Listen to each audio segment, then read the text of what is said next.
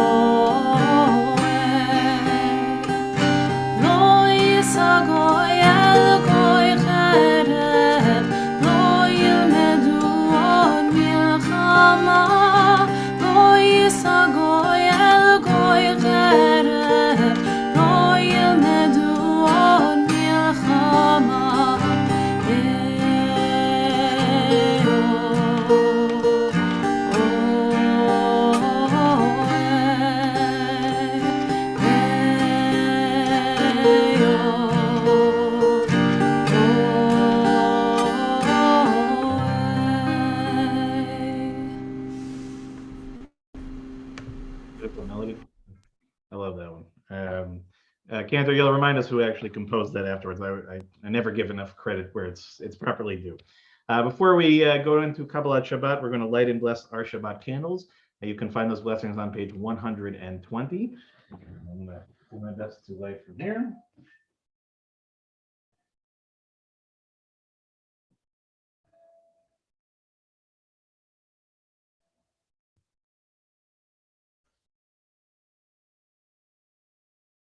Baruch atah Adonai Eloheinu melech haolam אשר קידשנו במצוותיו וציוונו להדליק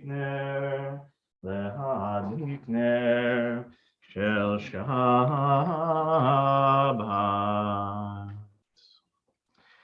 We'll turn it now back to Cantor Lauren as we begin Kabbalat Shabbat together on page 130.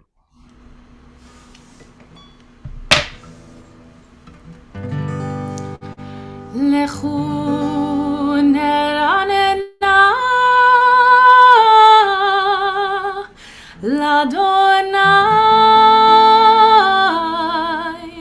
נריע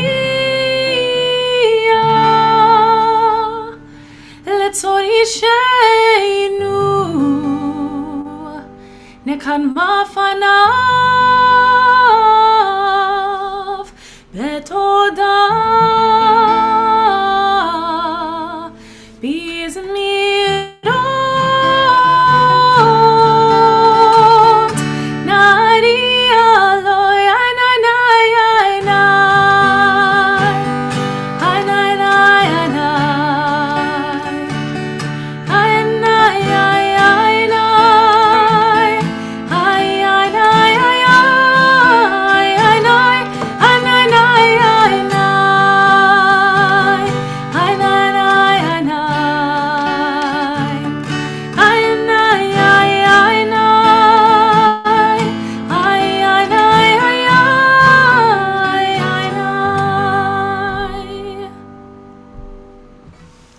Page 131, Shiru Ladonai.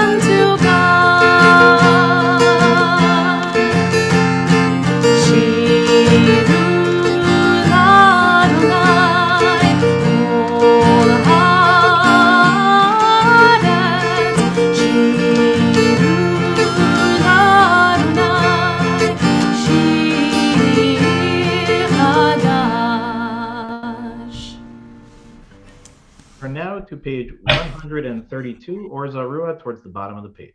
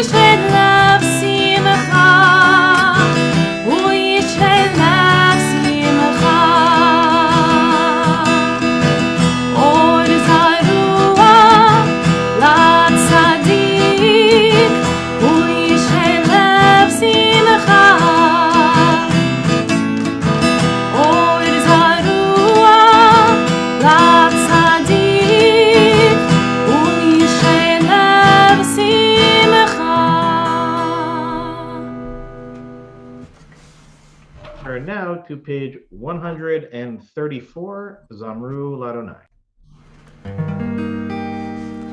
Zamru Ladonai bechinor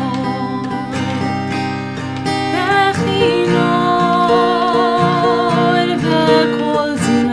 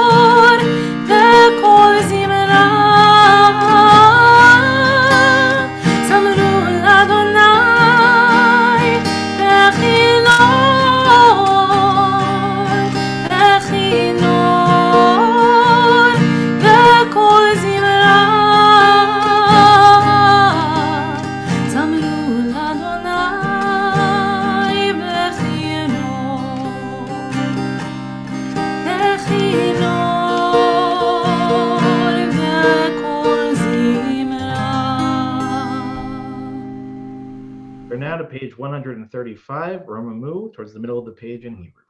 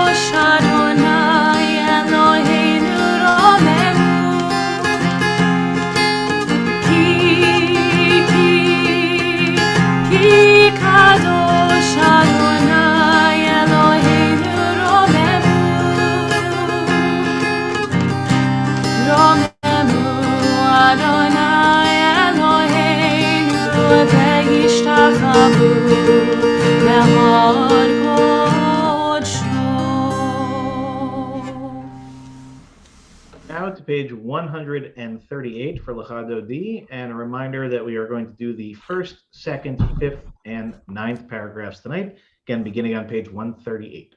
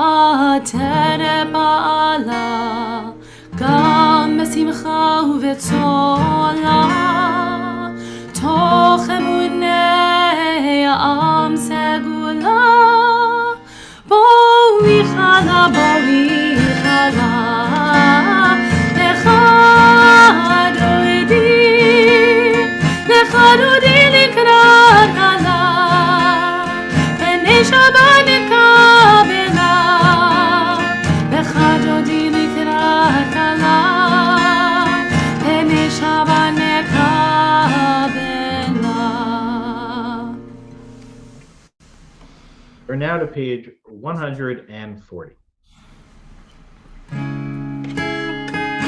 מזמור שיר ליום השבת, טוב להודות לאדוני, ולזמר לשמך העליון, ולזמר לשמך העליון. מזמור שיר ליום השבת, טוב להודות לאדוני, ולזמר לשמך עליון, ולזמר לשמך עליון, להגיד בבוקר חסדך, באמונתך בלילות, עלי הסוד, עלי נבל, עלי היגיון וכינור, מזמור שיר ליום השבת, טוב להודות לאדוני, ולזמר לשמך עליון, ולזמר לשמך עליון. צדיק אתה מר יפרח, כארז בלבנון יסיה, שתולים בבית אדוני, בחצרות אלוהינו יפריחו, עוד ינובו מסביבה, דשנים ורעננים יהיו, להגיד כי אשר אדוני צורי, ולא עוולת עמו. Now to the Chatzi Kaddish on page 144. יתקדש ויתקדש מרבה, בלמד דברי חירותי והמליך מלכותי, בחייכון וביומכון ובחיי דכל בן ישראל, בגלה בגלה ובזמן קריב, ואמרו אמן. יהי שמי רבה מברך, לעולם על מעמיה יתמרח. יתברך וישבח, ויתפאר ויתרומם וינשא, ויתהדר ויתהלל ויתהלל, שמי דקודשא בריחו, לילה מן כל ברכתה ושירתה, תושבחתה ונחמתה, תמירם בעלמא, ויאמרו אמן. Now to page 146 for the Baruch Hu. Am I awake? Am I prepared? Are you listening to my prayer? Can you hear my voice? Can you understand? Am I awake? Am I prepared? Marechu et Adonai Hamevorach, Baruch Adonai Hamevorach, Le'olam va'ed, Le'olam va'ed. Ay, ay, ay, ay, ay, ay, ay, ay, ay,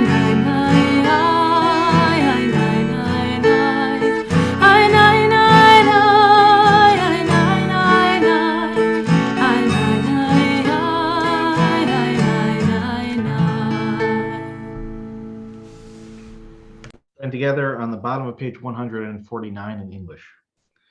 This is an hour of change. Within it, we stand uncertain on the border of light. Shall we draw back or cross over? Where shall our hearts turn? Shall we draw back, my brother, my sister, or cross over? This is the hour of change, and within it we stand quietly on the border of light. What lies before us? Shall we draw back, my brother, my sister, or cross over? ומעביר יום ומביא לילה, ומבדיל בין יום ובין לילה, אדוני צבאות שמו, אל חי וקיים, תמיד ימלוך עלינו לעולם ועד, ברוך אתה אדוני, המבריב הרבים. Page 150. אהבת עולם את ישראל עמך אהבת תורה ומצוות חוקים ומשפטים אותנו למדת על כן אדוני אלוהינו לשופטנו וקומנו נשיח בדרכך ונשמח בדברי תורתך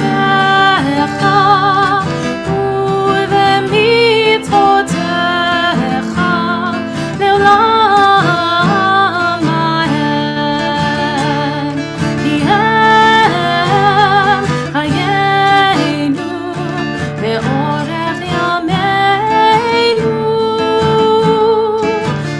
ובהם נגד יומם ולילה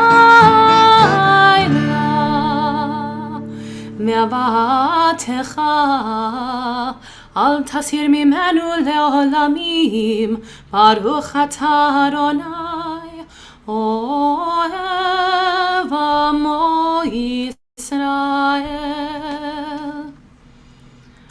שמע ישראל אדוני אלוהינו אדוני אחד. Please join me on page 154. ואהבת את אדוני אלוהיך בכל לבבך ובכל נפשך ובכל מאודיך והיו הדברים האלה אשר אנוכי מצווך היום על לבביך ושיננתם לבניך ודברת בם בשבתך בביתך ובלכתך בדרך ובשוכבך ובקומך וקשרתם לאות על ידיך והיו לטוטפות בין עיניך וכתבתם על מזוזות ביתך ובשעריך למען תזכרו ועשיתם את כל מצוותי והייתם קדושים לאלוהיכם אני אדוני אלוהיכם אשר הוצאתי אתכם מארץ מצרים להיות לכם לאלוהים אני אדוני אלוהיכם אדוני אלוהיכם אמת. Let's read together on the top of page 157. Standing on the parted shores of history, we still believe what we were taught before ever we stood at Sinai's foot, that wherever we go, it is eternally Egypt, that there is a better place, a promised land, that the winding way to that promise passes through the wilderness, that there is no way to get from here to there except by joining hands and marching together. As we turn back to Cantor Lauren and we turn to page 158, Mi Chamoch.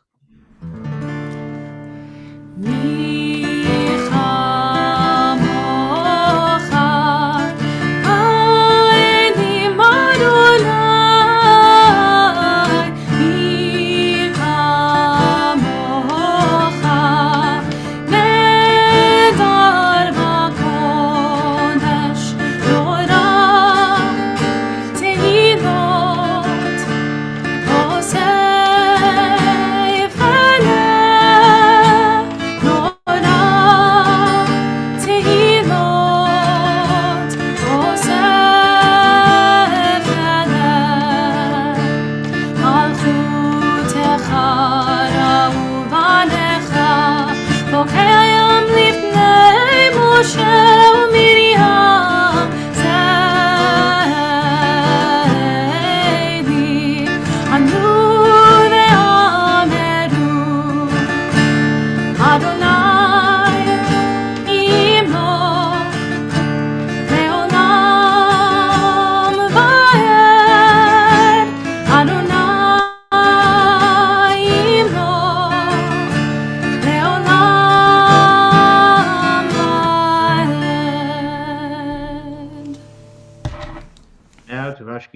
page 160.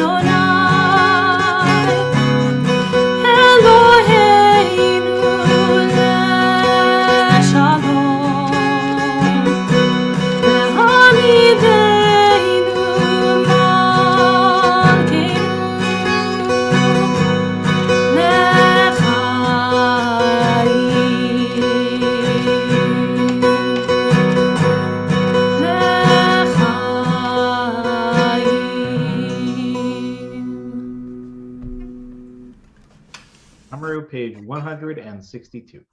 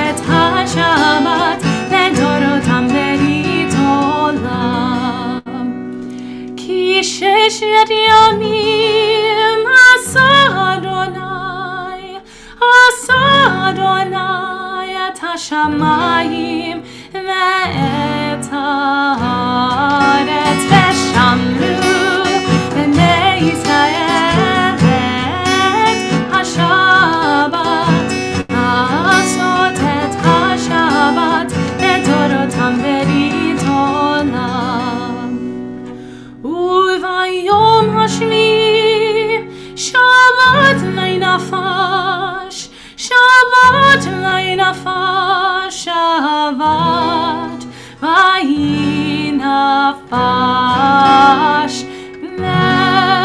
ושמרו בני ישראל את השבת לעשות את השבת לדורותם ברית עולם. We're now to page 164 as Cantor Lauren will help us all to begin the Amidah together, and then as always from that point we will continue silently. Please go at your own pace, and whether you're standing or seated, do not feel rushed in any way. Cantor Lauren, if you'd help us to get started again on page 164. Adonai sefatav tiftach ufi hagit tilatecha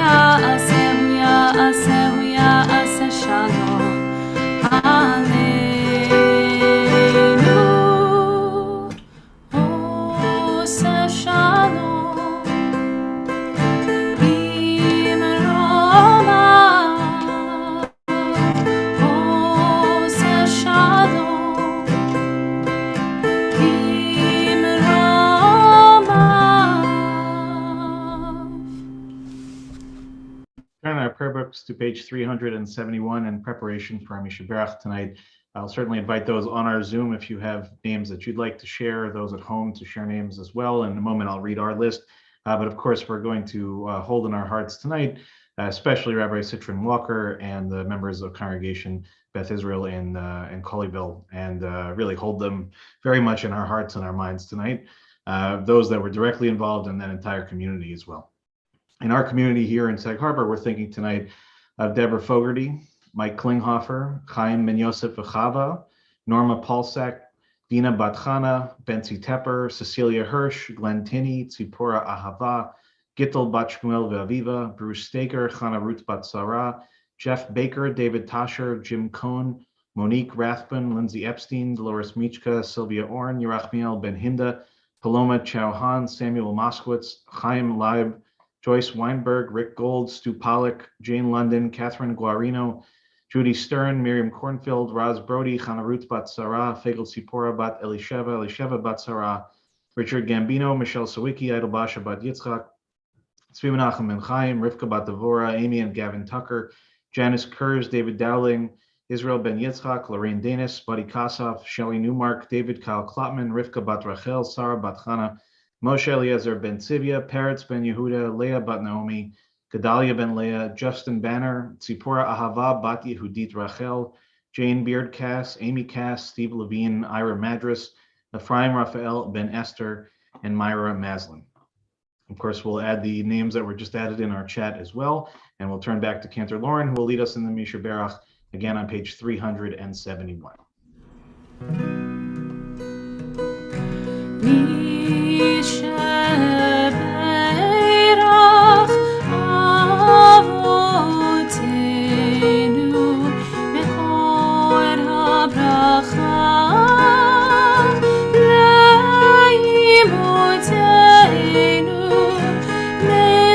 Source of strength, who bless the ones before us, help us find the courage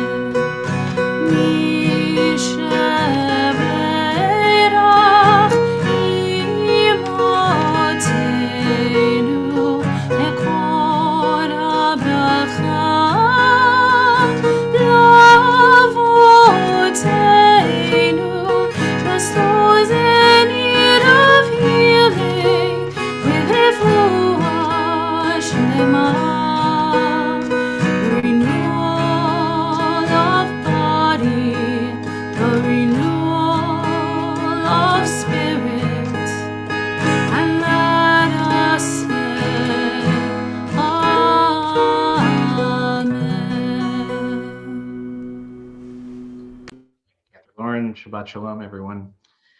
So a lot of thoughts, a lot of emotions, a lot of feelings about what took place this past week. I want to begin with some of the things that I think were upsetting beyond what was already upsetting, and just to touch on them briefly at the outset. The first is, I just think, as sort of has become our nature as human beings in this day and age, how quickly human beings and real life experiences of those human beings become, political footballs, become clickbait, become,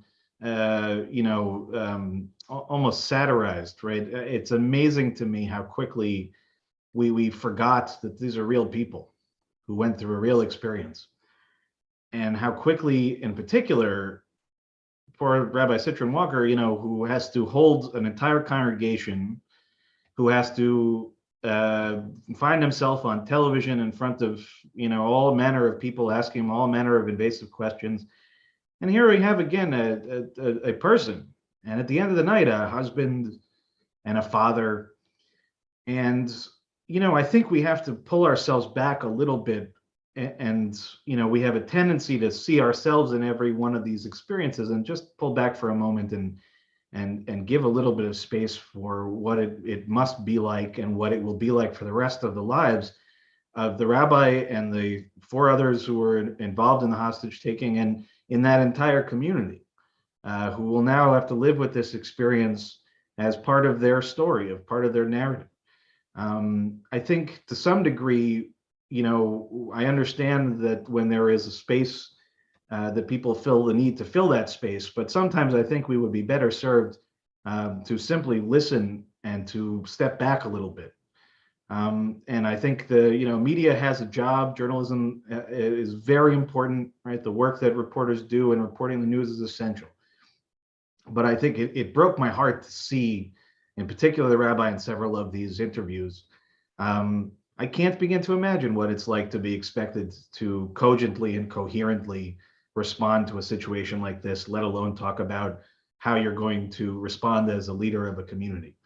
And rest assured, if you don't think that every single rabbi and cantor and rabbinical student and cantorial student in the country is not, sitting on the edge of their chair, so to speak, right? Even in a Zoom scenario. I think we have to understand really the magnitude of what took place, and not to again lose this sort of human element of it.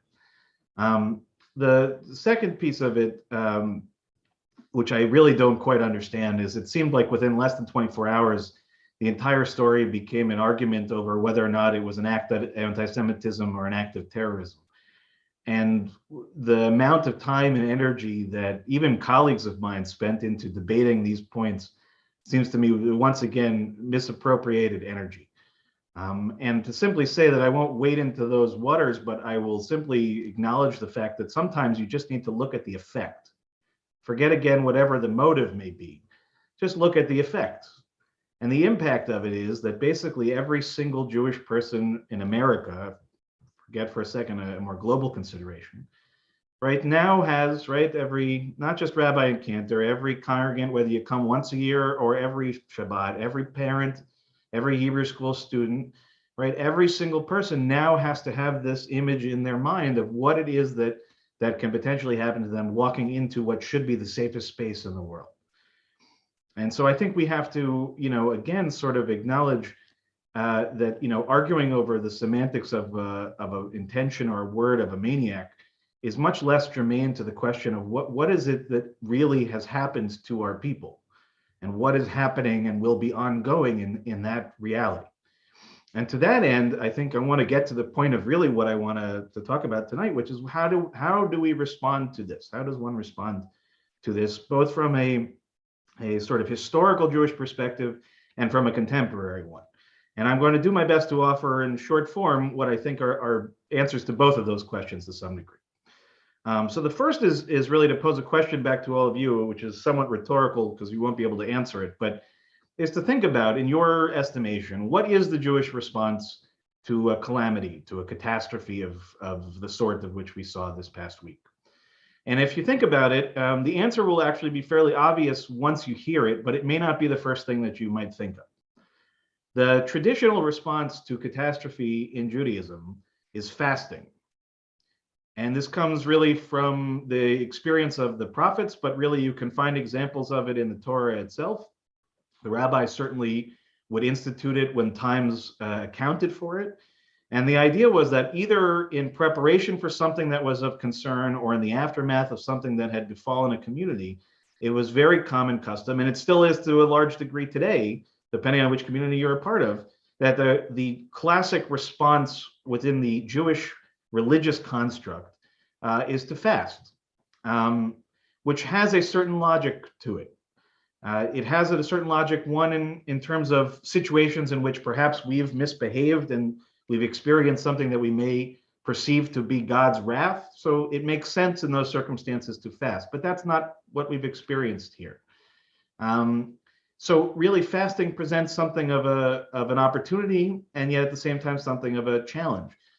We might try to reconceive of it as fasting, maybe not in the traditional sense, but trying to remove ourselves from some of the things that we feed ourselves with each day, not of food and water, but of social media, of news, of all of this stuff. We might be very well served, in fact, to fast from that aspect of our lives. But the reality is that it doesn't feel actually that fasting is the most appropriate thing here, because the question would be, why are we self-abstaining, right? Why are we taking away from our experience? Why are we taking away our joy at the behaviors of another person, at the behaviors of a madman?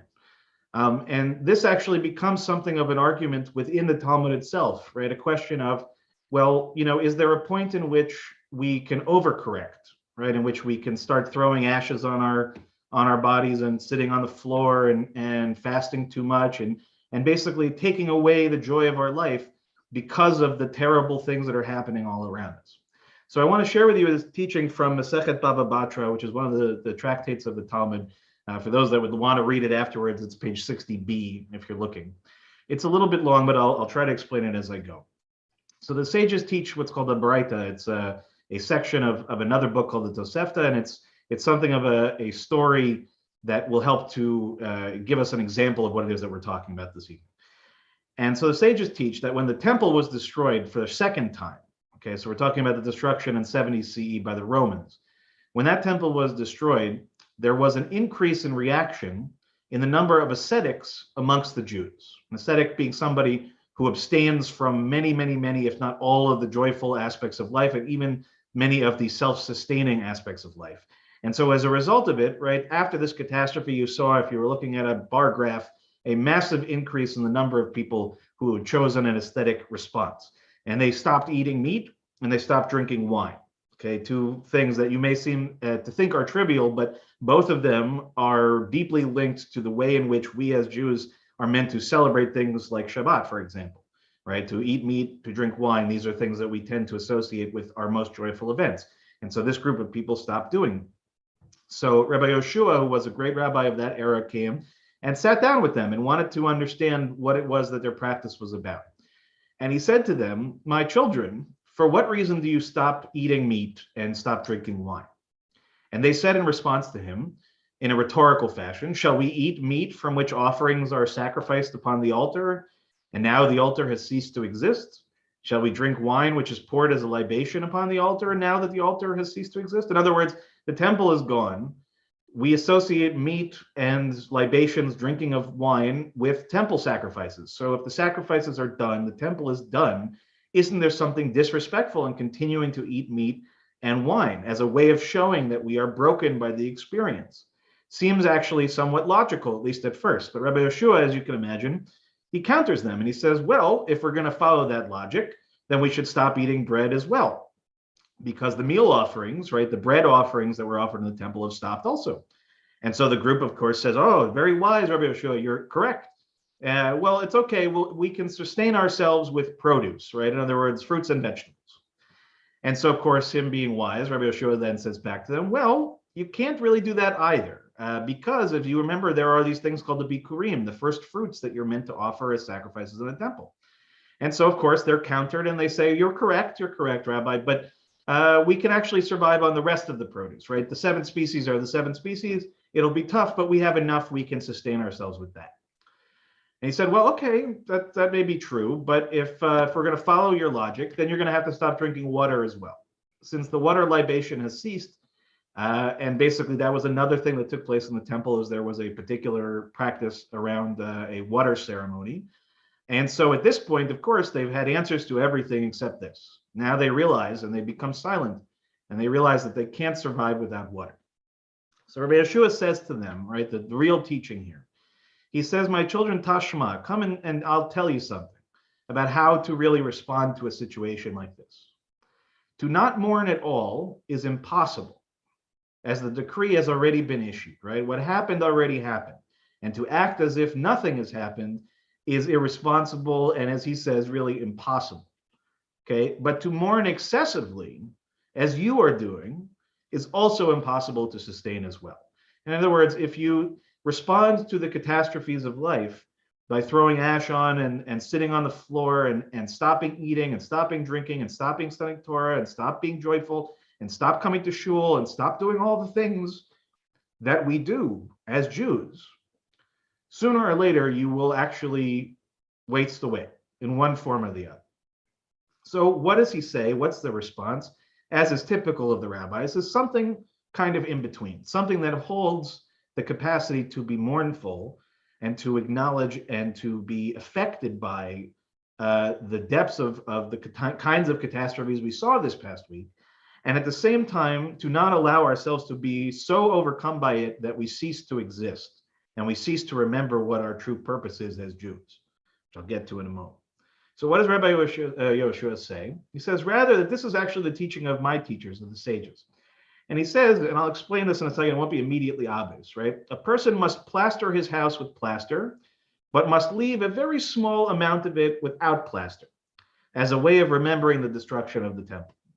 And he gives another example. He says that a person should prepare all what they need for a meal, but at the same time, leave out a small item to remember the destruction of the temple.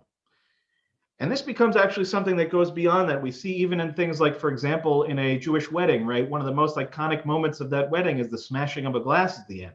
That smashing of a glass historically, traditionally, is the same idea, right? It's to say that in the most joyful moments, we have to have at least a tinge of sadness. And at the same time, in the saddest moments, we have to have at least, right, a ray of that hope and a ray of the light that exists within our tradition to confront the greatest darkness that we see. So what is this really ultimately all about? It's about trying to hold this really challenging space between understanding that we need to really feel and internalize and especially empathize with the experience of those who actually went through what took place last week or this past week, right? With the rabbi and with his congregants, with his whole community. To not quickly move past it, to not move on to the next story, to really live in that experience and as I said, really to internalize it and to connect to it.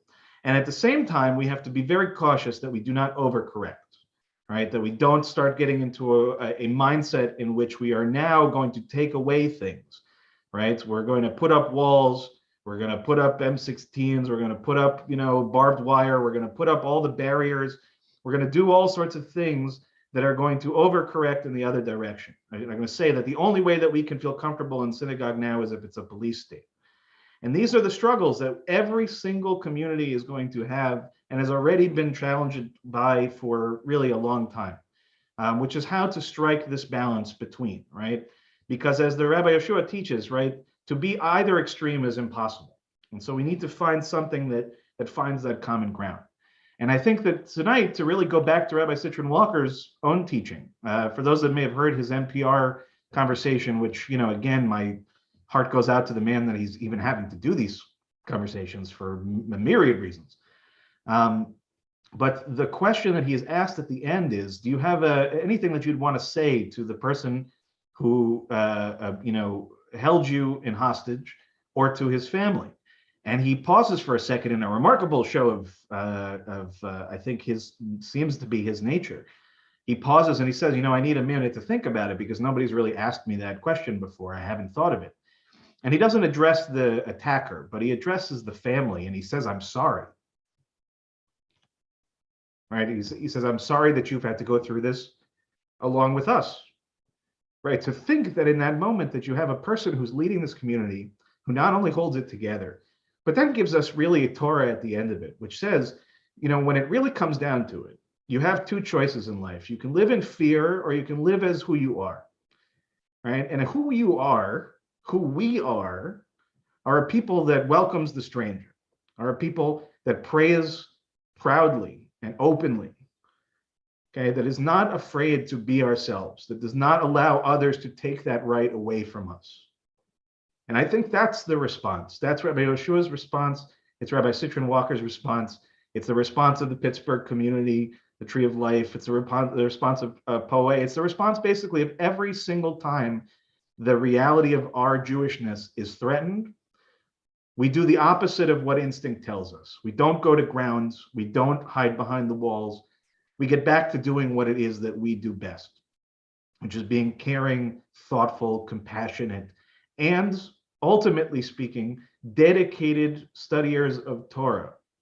And I think that's really what we need to focus on, right? After we have properly given the support that is necessary to our friends, to our colleagues in Texas, after we've allowed the blowhards and the pundits to argue over things that really don't matter, we still have to answer these fundamental questions about who we are and what are we about and who's going to determine our future. And I, for one, am certainly not going to allow a maniac with a gun to determine my future. I'm not being cavalier, okay? I, too, have a wife. I have children. But I will be here. Even in the Zoom world, right? We'll be back in person one day. I'll be here. I'll be teaching Torah. I'll be learning Torah. And I'll be trying my very best to remember the teaching of Rabbi Yeshua and Rabbi Citron Walker, which is to try as best as we can to find the balance, to strike the necessary tone between protecting ourselves, being thoughtful, being smart, being prepared, and at the same time, never forgetting who we are. It's not an easy task, but it's one that I think we are well suited for, and we have historically handled quite well. But for now, let our hearts go out again to our friends, to our colleague, to a community that really should not have ever had to experience what they experienced. So with that, I wish you all a Shabbat Shalom, and I hope that these words have given you at least some amount of peace and confidence. We'll join together now on page 586 at the bottom of the page. Aleinu l'shabbat. Aleinu l'shabbat l'adon ha'kol latet gedula liotzer breshit shelo asanu kigoye ha'aratzot velo samanu kemishpachot ha'adama shelo sam chelkenu kahem וגור עלינו ככל המונם, ואנחנו קוראים משתחווים ומודים לפני מלך מלכי המלכים, הקדוש ברוך הוא. And now on page 591. ונאמר והיה אדוני למלך על כל הארץ, ביום ההוא יהיה אדוני אחד, ושמו אחד. And now invite those who are mourning and observing yahrzeit, if you so choose, to rise at home. We'll begin by thanking those in our community who've passed in recent months. Dr. John Abderkin, Morris Dickstein, Linda Denath, Jay Fagan, Ellen Frank, Sandra Furman, Evelyn Gelb, Arthur Grossman, Gerald Hirsch, Mark Joseph, Deirdre Klein, Jeanette Kopp, William Littman, Audrey Lubo, Morty Lynn, Jerry Monroe, Nancy Nagel, Harry Olstein, Geraldine Rosen, Harriet Roth, Jeannie Rubin, Howard Schreier, Paul Silver, Marlise Silverberg, Blanche Sklar, Rita Sandra Snyder, Joan Strong Tangzilius, and Virginia Tizer. We also marked the yahrzeits that occurred during the last week for Beatrice Barak, George Berger, Stephen Christman, Alice Grossman, Mildred Heimwitz, James Hodes, George Katz, Hannah Klein, Herman Klein, Leo Cohen, Joseph Lauder, Isabel Lewanton, Joel Margaretin, Fanny Meyer, Mark Mitchum, Michael Neustadter, Dina Oliphant, Theodore Pearl, Millie Peskowitz, Mary Racklin, Louis Sigmund Rosenthal, Francis Solkonski Suskind, Sylvia Swerdlick, Cindy Robin Taylor, Adrian Wohl, and Mark Zimmerman. In addition to the names that we've mentioned, if you are on the Zoom and you'd like to add additional names to the chat, you're welcome to do so. And for those that are watching at home, to hold your loved ones in your hearts as we join together on page 598 for the Mourner's Kaddish. Yitkadal v'yitkadash shemei Rabbah, ve'alma divrach yerutei v'yamlich malchutei, b'chayechon u'v'yomechon u'v'chayei dechol beit Yisrael, b'agalav v'zman kariv v'imru amen. Yehei shemei Rabbah mevarach le'alam u'liyomei almaya. Yitbarach v'yishtabach v'yitpa'ar v'yitramam v'yitnaseh v'yitadar v'yit'aleh v'yitalal shemei dekudsha b'richu le'ila min kol birchata v'shirata tushbechata v'nechamata da'amiran be'alma v'imru amen. Yehei shalama Rabbah min shemaya v'chaim aleinu v'al kol Yisrael v'imru amen. Oseh shalom b'imromav hu yaseh shalom aleinu v'al kol Yisrael v'imru amen. Zichronam livracha, may every one of their memories be for a blessing. Shabbat shalom, everybody, and I think connecting to my sermon, thinking about all of the wonderful things that we have going on here at the temple and opportunities in Zoom for the time being, certainly to learn and to grow and to study Torah and to do all of the great things that we do. Announcements is the time to learn about it, and so I'll give you as best as I can. Looks like a nice rundown here. First is to join Lauren and I for Shabbat services tomorrow at 9:30, streamed on our website, Facebook, or YouTube channel, and to join us also for Torah study at 12 o'clock on Zoom. Coming up this week, I believe the Niddah Mitzvah is meeting at 9 o'clock. If I'm wrong on that, just put it in the chat and let me know. Virtual Hebrew School will meet at 4 o'clock. There is no social justice meeting this week. On Tuesday at 7 o'clock, apropos of our conversation this evening, the Anti-Semitism Committee is meeting. If you're interested in joining together, you can contact Lauren Tepper or those that are on our Zoom. If you hang around, I think that Julie is on the call as well, and so she can help to get you involved in that as well. My class actually is likely to shift from Wednesday, I think, to Mondays. So anybody who's in my class, just please pay attention to emails from me. I think we're going to shift that for a few different reasons. But Virtual Hebrew School will be meeting at 4 o'clock in the afternoon. We're really sorry about what happened last night with trivia night. It was just a weird Zoom glitch of some sort, but Shelly's very excited to put it together again for next week, 7 o'clock on Thursday. If you already signed up, you don't have to sign up again. You should have already got an email from Shelly. If you're interested and you felt like you couldn't make it last time and you'd like to join this time, please email Shelly or email me, and I'll be happy to get you set up. My Friday class will be at 9:15 on the Journey to the Heart of the Siddur, our prayer books. Reminder, Maureen's Haven is coming up again on Sunday, January 30th. We're still looking for volunteers to help out. Please go to our website to sign up or contact Shelly directly. Reminder again, at least through the end of the month, all of our services and our programs will not be in person. They'll be virtual only, and the board will assess everything as we're progressing. I promise you will know as soon as I know if there are any changes, but all the more reason why it's important to check your weekly e-blasts and all those good things. Just highlighting a few upcoming things in February.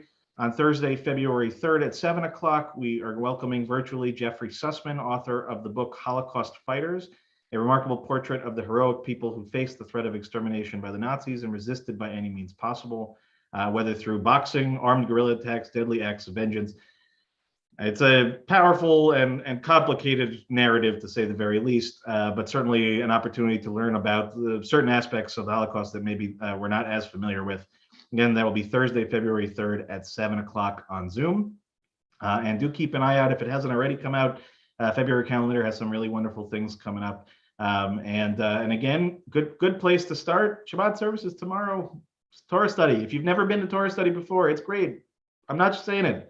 Lauren will agree. She's shaking her head too. It really is great. It's a great group. You do not have to be a Torah scholar or an expert to come and learn. So if you've never done it before and you've been hesitant, why not make it this weekend, right? Why not make this weekend the weekend you decide to make that change? So we'll welcome everybody in that way. And I'll wish you all again a Shabbat Shalom. And for lots of different reasons, I look forward to being able to be back in person together in various forms. But really, I thank you all for being here tonight on our Zoom and for those watching at home as well. So we're going to turn it back over to Cantor Lauren for a closing song before Kiddush. And just as we're doing that, one last thing for all of our people on the Zoom, you're welcome to hang on afterwards.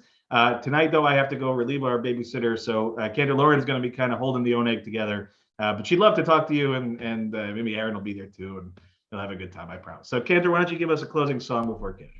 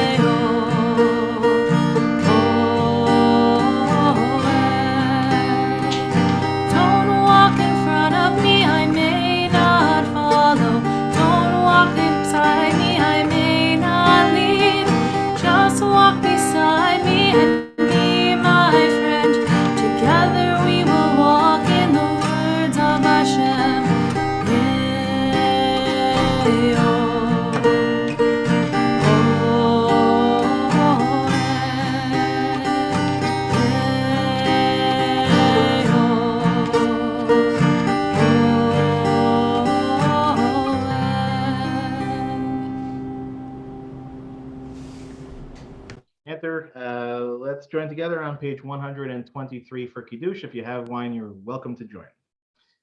Baruch atah Adonai Eloheinu melech haolam borei peri hagafen. Baruch atah Adonai Eloheinu melech haolam asher kitshanu b'mitzvotav v'ratzavanu v'shabahat kodsho b'ahava u'ratzon enchilanu zikaron lemahaseh v'reishit.